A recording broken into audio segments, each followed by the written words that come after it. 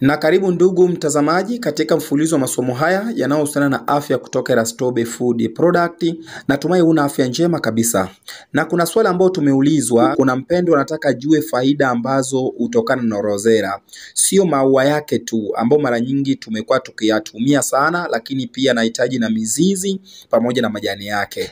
Karibuni sana. Scientific name ya rosella inajulikana kama Hibiscus subdarifa. Hibiscus subdarifa. Hii ni scientific name ya mmea inayojulikana kama rosella, ambao mara nyingi maua yake yanauzwa masokoni na tunanunua, tunatengeneza chai, tunaongezea damu na kadhalika. Au wengine wanaita choya au mchochora. Hayo yote ni majina ya rosella. Sasa faida namba moja ya rosella ni pamoja na kushusha shinikizo la damu. High blood pressure, pressure kupanda, inashusha na inaweka vizuri kabisa. Kwa hivyo hapa unaweza ukachukua mizizi yake, ukachanganya na majani yake, ukachanganya na maua yake, ukayatumia kwa pamoja. Itakuwa na nguvu kubwa zaidi, ambapo unatakiwa utumie nusu glasi kutwa mara 3 ndani ya siku 7 hadi 10.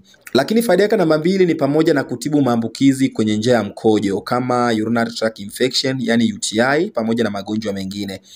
Hapa inatakiwa uchukue majani ya rosella, kwa sababu hata majani pia yanaweza kutumika kwa njia ya saladi. Wengine wanachanganya kwenye mboga na inaliwa vizuri kabisa kama unavyoona majani ya hibiscus. Kwa hivyo utachukua majani yake pamoja na maua na mizizi, nguvu inakuwa ni kubwa zaidi katika kutibu UTI, ambapo ukishachemsha vizuri utatumia nusu glasi kutwa mara 2 ndani ya siku 14 na utapata matokeo mazuri sana. Na faida yake namba 3 ni kwamba rosella ina vitamini C kwa kiasi kikubwa. Hivyo basi huimarisha kinga ya mwili, yani ina ascorbic acid. Hivyo inatakiwa utumie chai yake ambayo inatokana na majani pamoja na maua yake. Unachemsha kwa pamoja, unapata glasi 1 kutwa mara 1 ndani ya siku 14. Utapata matokeo mazuri sana. Na faida nyingine ni pamoja na kusafisha ini pamoja na figo. Rosella inasifika sana kwa kusafisha ini na figo. Hivyo basi nitakuwa uchukue mizizi, uchanganye na maua na majani. Aidha unaweza ukachukua maua ukachanganya na majani yake.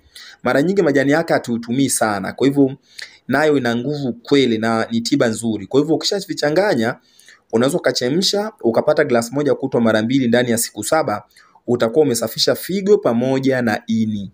Na faida nyingine ni kwamba inasaidia sana mfumo wa mmeng'enyo wa chakula, digestion system.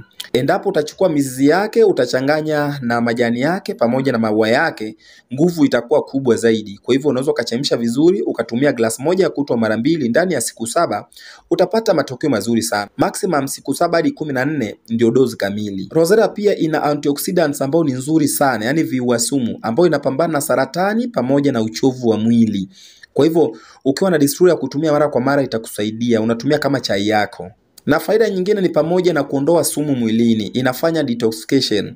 Inaondoa sumu kwa sababu ina viambata ambavyo ni nzuri sana kwa mwili. Kwa hivyo unaweza kutumia glasi 1 kutwa mara 1 ndani ya siku 21. Hibiscus kwa wale wenye vidonda vya tumbo, baadhi ya watu unaweza kawaletea shida, lakini ukitumia isipokuletea tatizo, basi unaweza kaendelea nayo. Na kwa siku ya leo ndugu mtazamaji, sina la ziada. Nafikiri umejifunza. Nilikuwa na kuelekeza faida ambazo hutokana na rosella, yani Hibiscus subdarifa. Usisahau kusubscribe, kushare na comment ili watu wengine nao waweze kupata elimu hii. Asante, tukutane katika video nyingine. Bye bye.